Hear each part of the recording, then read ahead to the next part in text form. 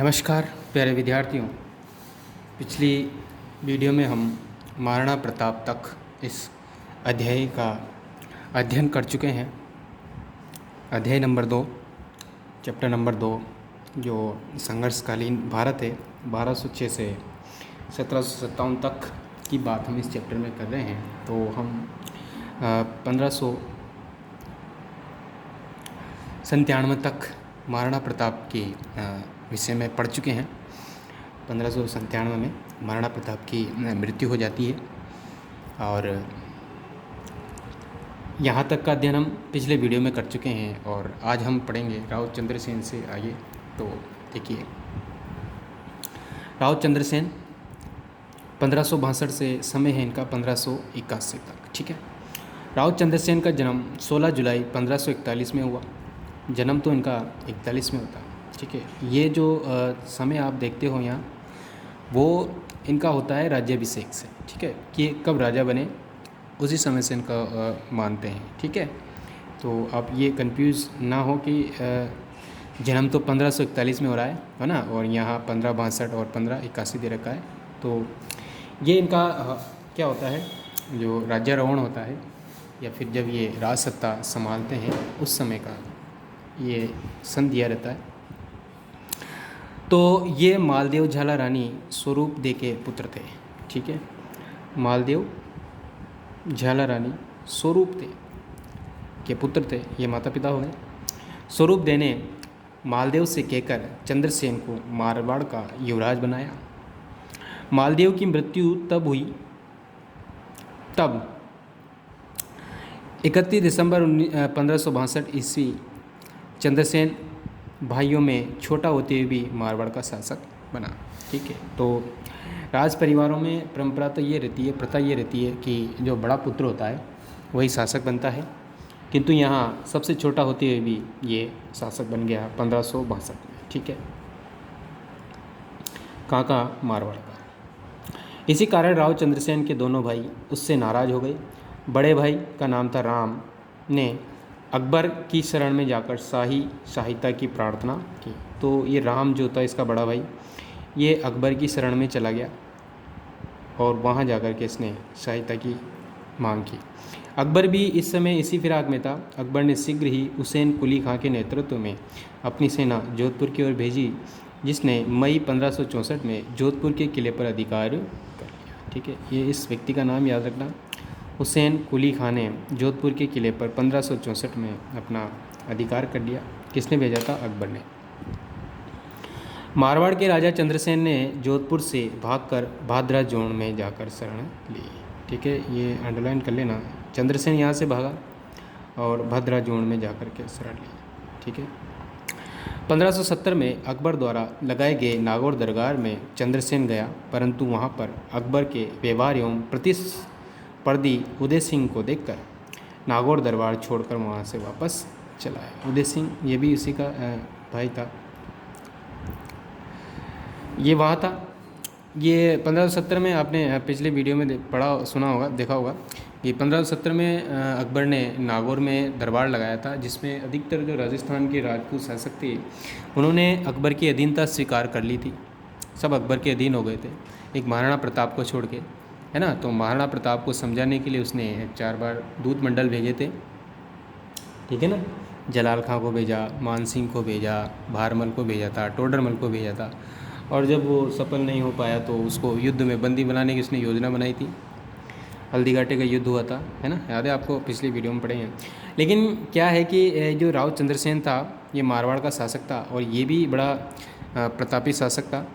हालांकि ये अपने छोटा भाई था, छोटा था, लेकिन फिर भी ये राजा बन गया। तो इसके जो 2 भाई थे, उदय सिंह और राम, ये रूट करके अकबर की शरण में चले जाते हैं। और अकबर क्या करता है, हुसैन कुली खां के नेतृत्व में सेना भेजता है 1564 में, और ये आक्रमण करते हैं और किले को अपने अधिकार में कर लेते हैं जोधपुर के।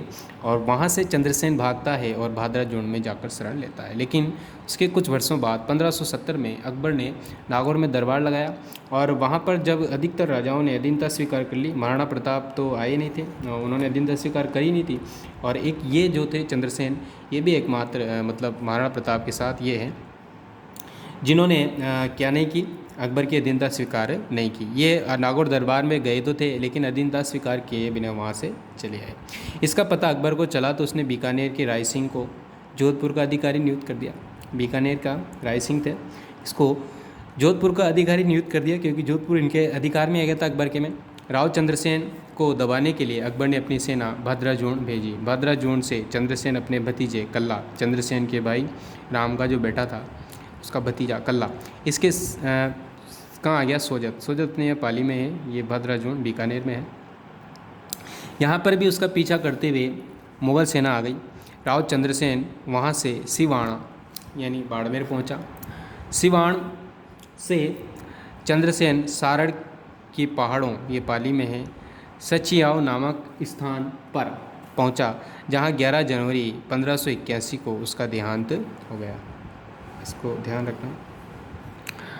वहीं पर चंद्रसेन की समाधि बनी हुई है।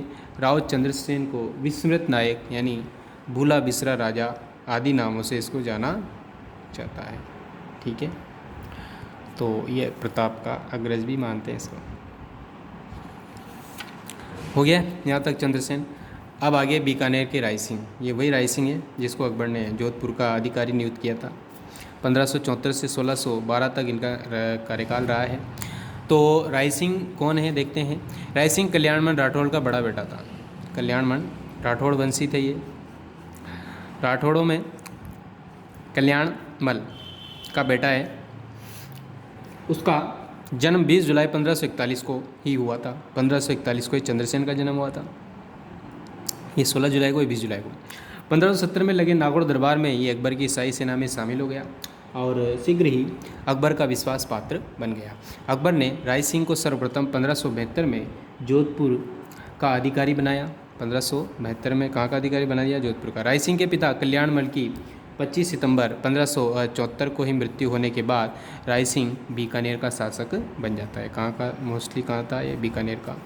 राय सिंह जब जोधपुर की व्यवस्था संभाल रहा था तभी इब्राहिम मिर्ज़ा ने नागौर में विद्रोह कर दिया। राय सिंह ने कठोली नामक गांव में उसका दमन कर दिया। ठीक है।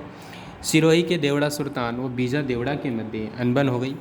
तब राय सिंह ने सिरोही पर आक्रमण करके बीजा को राज्य से बाहर निकाल दिया और आधा सिरोही मुगलों के अधीन कर दिया। मेवाड़ से नाराज होकर आए महाराणा प्रताप के सौतेले भाई जगमाल को दे दिया। ठीक है, ध्यान से देखो इसको। सिरोही के देवड़ा सुल्तान और बीजा देवड़ा के मध्य अनबन हो गई। तब राय सिंह ने सिरोही पर आक्रमण करके बीजा जो देवड़ा था को राज्य से बाहर निकाल दिया और आधा सिरोही मुगलों के अधीन कर। मेवाड़ से नाराज होकर आए महाराणा प्रताप के सौतेले भाई किसको दे दिया? जगमाल को दे दिया। ठीक है। सुल्तान ने मुगलों पर आक्रमण कर दिया। दोनों सेनाओं के मध्य 1583 में दत्तानी नामक स्थान पर युद्ध हुआ। दत्तानी के युद्ध में जगमाल की मृत्यु हो जाती है और सुल्तान ने सिरोही पर वापस अपना अधिकार कर लिया। अकबर ने राय सिंह से प्रसन्न होकर 1593 ईस्वी में उसे जूनागढ़ प्रदेश दिया। अकबर ने राय सिंह से प्रसन्न होकर 1593 ईस्वी में उसे जूनागढ़ प्रदेश दे दिया। किसको? राय सिंह को। जूनागढ़ बीकानेर में है। उसने उसे 1604 में शमशाबाद तथा नूरपुर की जागीर और राय की उपाधि भी दी। ठीक है, उसने उसे 1604 में शमशाबाद तथा नूरपुर की उपाधि और राय की उपाधि दी। राय सिंह ने 1589 से 94 ईस्वी के मध्य अपने प्रधानमंत्री करमचंद की देखरेख में जूनागढ़ जो बीकानेर है उसका निर्माण करवाया। ठीक है, नेक्स्ट पेज पे देखिए। तो जूनागढ़ का किले का निर्माण करवाया किसने? राय सिंह ने। याद रखना 1589 से 94 के मध्य। वहाँ एक प्रशस्ति लगवाई जिसको राय सिंह प्रशस्ति के नाम से जाना जाता है। राय सिंह साहित्यकार भी था। उसने राय सिंह महोत्सव, वैद्यक वंशावली, ज्योतिष रत्नमाला और ज्योतिष ग्रंथों की भाषा में बाल बोधनी नाटक नामक टीका भी लिखी। कर्मचंद्र वंशोत्कीर्तनम काव्यम ग्रंथ में राय सिंह को राजेंद्र कहकर पुकारा गया है। राय सिंह के शासनकाल में बीकानेर में अकाल पड़ा। राय सिंह ने जगह जगह सदा व्रत खोले एवं पशुओं के लिए चारे पानी की व्यवस्था की। बीकानेर चित्रकला की शुरुआत राय सिंह के शासनकाल में मानी जाती है। यहाँ से अंडरलाइन करेंगे इसको, चित्रकला। राय सिंह की मृत्यु दक्षिण भारत में एक स्थान पर बुरहानपुर में 21 जनवरी 1612 ईस्वी को हुई। राय सिंह ने दक्षिण भारत में एक स्थान पर रेगिस्तान के फोग नामक झाड़ी को देखकर उससे वह लिपट गया तथा कहा, तू से देसी रूखड़ा मैं परदेसी लो, माने अकबर तेड़ियाँ क्यों तू आयो फो। अर्थात क्या मतलब है, तू देसी पौधा है और मैं परदेसी व्यक्ति हूँ, मुझे तो अकबर ने यहाँ ज़बरदस्ती भेजा है, पर हे फो तू यहाँ क्यों आया है। ठीक है ना। तो ये थे राय सिंह बीकानेर के। और अब हम पढ़ेंगे सवाई जय सिंह द्वितीय। ठीक है, ये जयपुर के हैं। चलो देखते हैं इनका क्या संघर्ष रहा मुग़लों के साथ, कैसे व्यवहार रहे, क्या इनका रहा है, सारी बातें देख लेते हैं। ठीक है बच्चों, तो देखते हैं।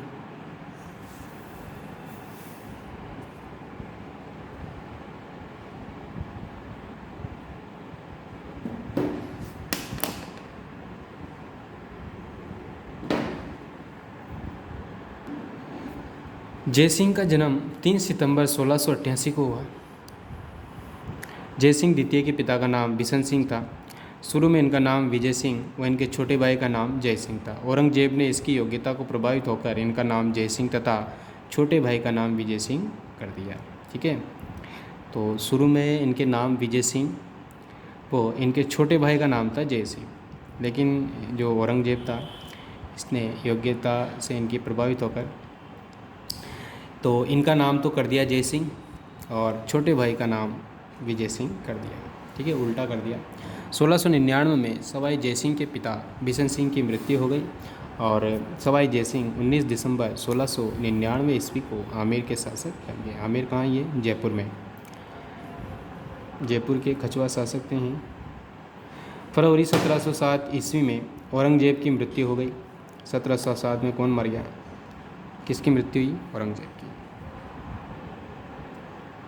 अब देखो आगे, औरंगजेब की जब मृत्यु हो गई 1707 में, तो औरंगजेब के जो पुत्र थे उनमें उत्तराधिकारी युद्ध शुरू हो गया। यानी औरंगजेब के जो बेटे थे उनमें इस बात को लेकर लड़ाई हो गई कि अब कौन राजा बनेगा, कौन शासक बनेगा।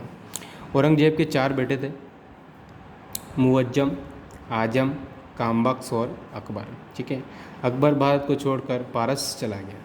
अब कितने बच गए, 3। कामबख्श को राजा बनने की कोई इच्छा नहीं थी। जो कामबख्श था वो राजा बनना ही नहीं चाहता था। अतः मुअज्जम और आजम दोनों के मध्य, तो अब बचे कौन, एक तो मुअज्जम बच गया, आजम बच गया, अकबर तो चला ही गया पहले। ये अकबर वो नहीं है जो आप समझते हो, ये औरंगजेब का बेटा है अकबर। ठीक है, मुअज्जम आजम दोनों के मध्य 1707 ईस्वी में जाजऊ के मैदान में, उत्तर प्रदेश में ही ये युद्ध हुआ।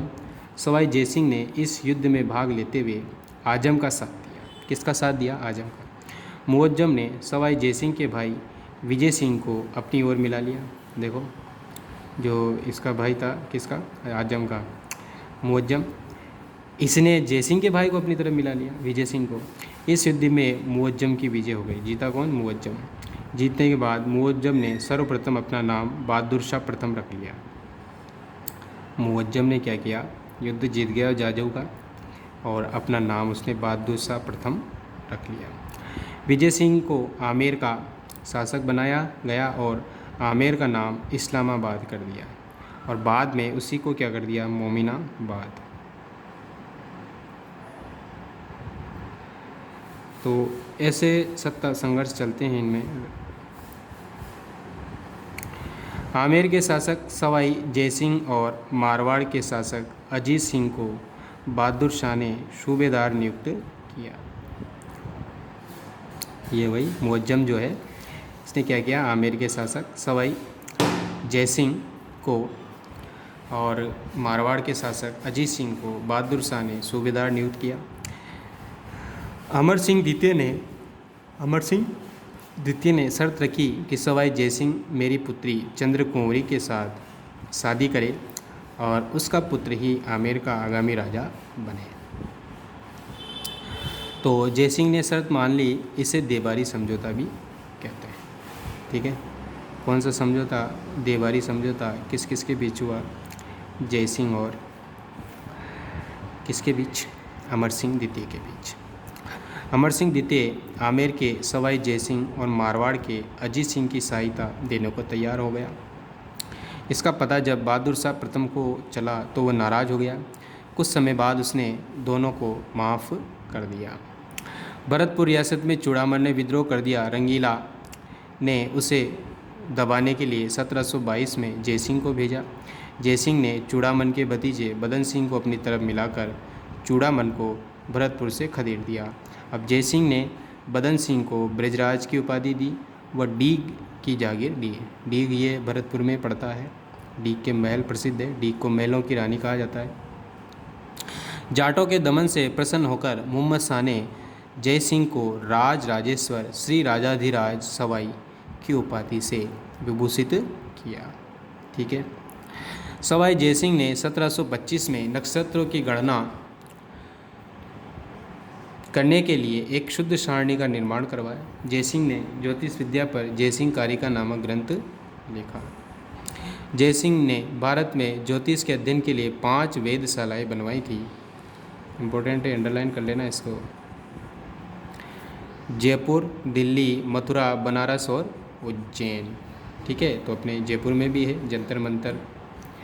जयपुर में जंतर मंतर 5 वेधशालाओं में सबसे बड़ी वेधशाला है। तो अपनी जो जयपुर राजस्थान में है वो सबसे बड़ी वेधशाला है।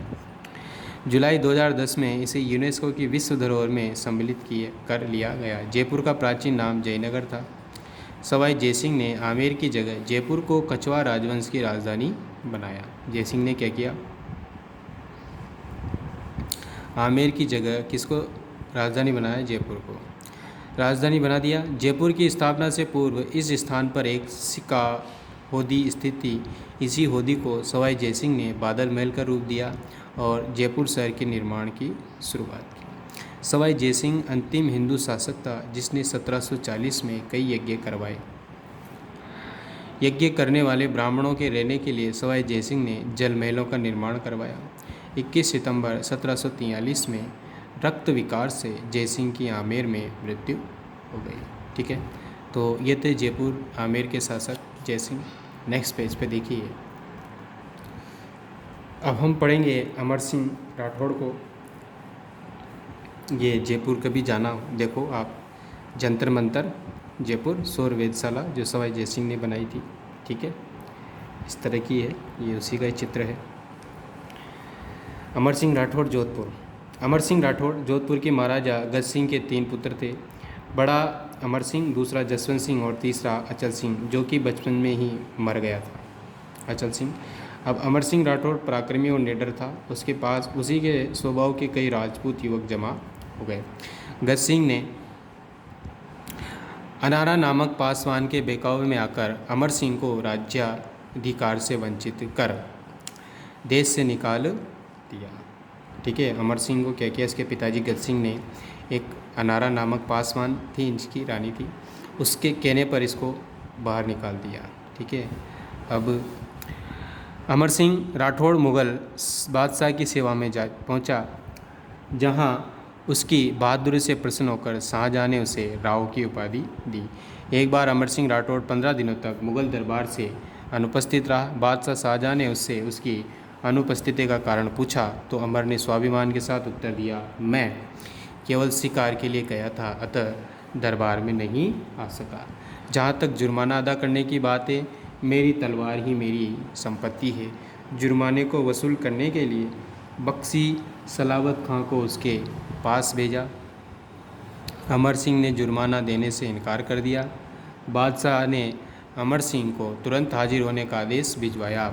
अमर सिंह राठौड़ ने आदेश का पालन किया और दीवाने काश में पहुंचकर बादशाह का अभिवादन किया। वहां पहुंचते ही दरबार में उपस्थित सलावत खां ने उसको गवार कहा। ठीक है, सलावत खां शाहजहाँ के दरबार में था, तो उसने क्या कहा, दरबार में पहुंचते ही सलावत खां ने इसको गंवार कह दिया। किसको? अमर सिंह को। ये शब्द अमर सिंह सुन नहीं सका और सलावत खां पर आक्रमण कर उसके सीने में कटार उतार दी। इसके बाद अमर सिंह ने बादशाह शाहजहाँ पर आक्रमण कर दिया, किंतु शाहजहाँ बच गया। भयभीत बादशाह जनाना महलों में भाग गया। अमर सिंह के साले अर्जुन गौड़ ने इनाम के लालच में धोखे से अमर सिंह पर आक्रमण कर उसे मार दिया। यह सुनकर अमर सिंह के सरदारों और सैनिकों ने खून में उबाल आ गया और उन्होंने उसी समय दिल्ली में जाकर शाहजहाँ के निवास स्थान, नेक्स्ट पेज पे देखिए, लाल किले में रहता था वो, तो लाल किले में बुखारा द्वार से प्रवेश किया। राठौड़ों की संख्या मुगलों की सेना के सामने नाम मात्र थी, इसलिए सभी राठौड़ लड़ते हुए वीर गति को प्राप्त हो गए।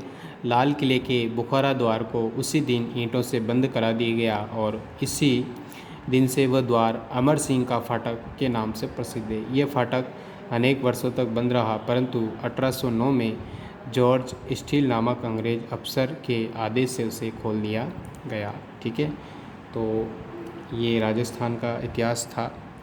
और अब जो है हम पढ़ेंगे मराठों का इतिहास। ठीक है, मराठाओं में छत्रपति शिवाजी महाराज देख रहे हो चित्र में, यही मुख्य थे। मराठा शक्ति का उत्कर्ष किसी एक व्यक्ति का कार्य न होकर एक विशेष समय में उत्पन्न हुई अस्थायी परिस्थितियों का ही परिणाम था।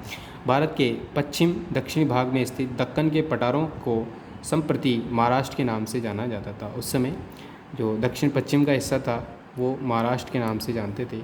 अधिकांश भाग पठारी होने के कारण वहाँ के निवासी परिश्रमी और साहसी रहे। मराठा कहे जाने वाले महाराष्ट्रवासी छोटे कद और मजबूत शरीर वाले होते हैं। गुरिल्ला युद्ध में कुशल होते हैं महाराष्ट्र के लोग। वे खुले युद्ध से भरसक बचते थे और अपने दुश्मनों को छिप कर वार करते थे। गुरिल्ला युद्ध का मतलब छिप कर वार करना। 15वीं और 16वीं शताब्दी के धर्म सुधार और भक्ति आंदोलन ने सामाजिक एकता को और अधिक सुदृढ़ किया। दक्षिण में जनसाधारण आधारित इस धार्मिक आंदोलन का नेतृत्व तुकाराम, रामदास, एकनाथ, वामन, पंडित इत्यादि संतों और दार्शनिकों ने किया। यह आंदोलन ऊंच नीच, जाति व्यवस्था और कर्म कांड के विरुद्ध था, जिसने सभी के लिए भक्ति द्वारा ईश्वर प्राप्ति का मार्ग दिखाया। मराठी भाषा बहुत सरल और व्यावहारिक थी। यह है छत्रपति शिवाजी। अब देखते हैं इनके बारे में। मराठा थे ये। छत्रपति शिवाजी 1627 से 1680 तक। 20 अप्रैल 1627 ईस्वी को शिवनेर के दुर्ग में शिवाजी का जन्म हुआ। वे शाहजी भोंसले की प्रथम पत्नी जीजाबाई के पुत्र थे। शाहजी भोंसले इनके पिताजी और इनकी पहली जो पत्नी थी जीजाबाई, इनके बेटे थे। कौन? शिवाजी। शाहजी ने बीजापुर के एक सामंत थे, ये बीजापुर के सामंत थे। इन्होंने तुकाबाई मोहिते नामक एक अन्य स्त्री से विवाह कर लिया था। पहले इन्होंने तुकाबाई मोहिते थी, उससे विवाह किया था शाहजी ने, फिर इसकी जीजाबाई से। इसी कारण जीजाबाई उनसे अलग रहती थी। बालक शिवाजी का लालन पालन उनके स्थानीय संरक्षक दादीजी कोणदेव तथा जीजाबाई के गुरु समर्थ स्वामी रामदास की देखरेख में हुआ। ठीक है, जीजाबाई जो थी ये अपने पति शाहजी से क्या करती थी? अलग रहती थी, और इसलिए शिवाजी का पालन पोषण इन्होंने और इनकी दादी जी और जीजाबाई के गुरु समर्थ स्वामी ने किया। जिन्होंने उन्हें मातृभूमि की रक्षा के लिए प्रेरित किया। दादाजी कोणदेव से उन्होंने सेना और शासन की शिक्षा पाई।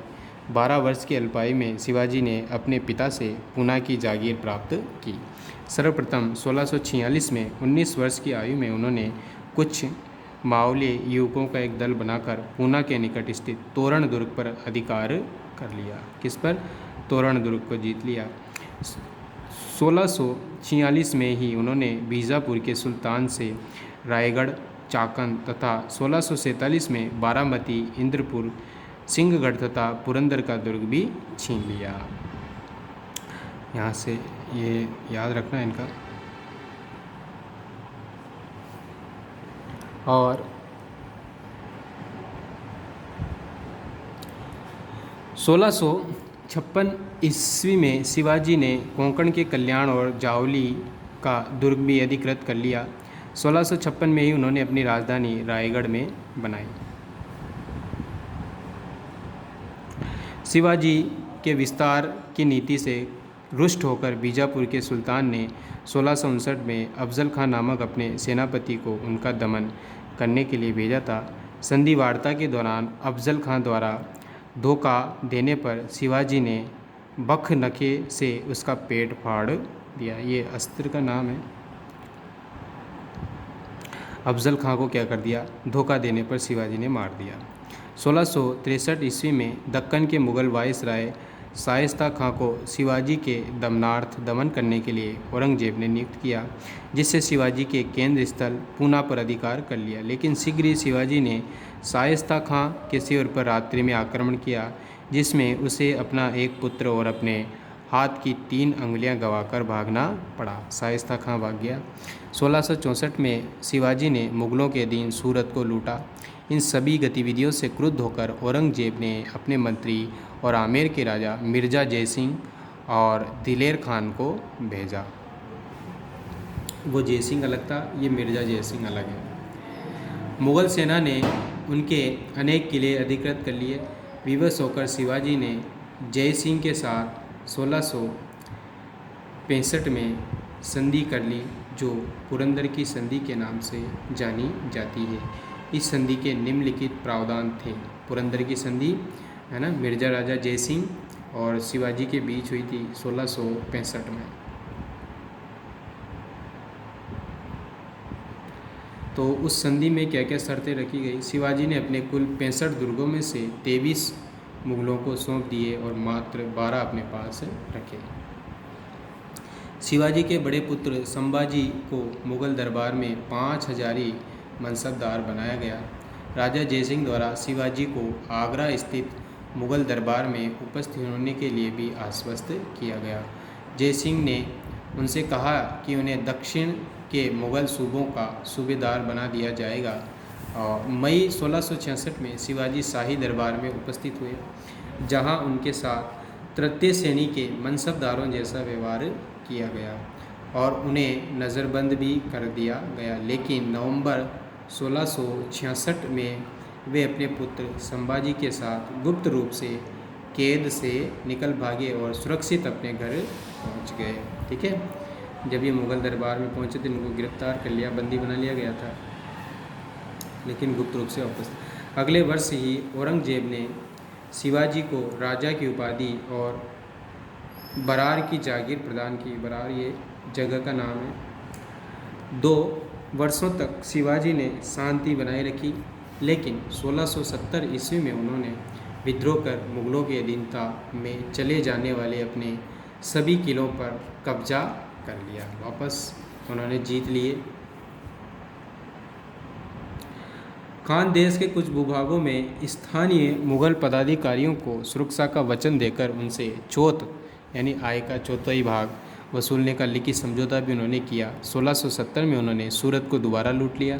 1674 में रायगढ़ के दुर्ग में शिवाजी ने महाराष्ट्र के स्वतंत्र शासक के रूप में अपना राज्याभिषेक करवाया।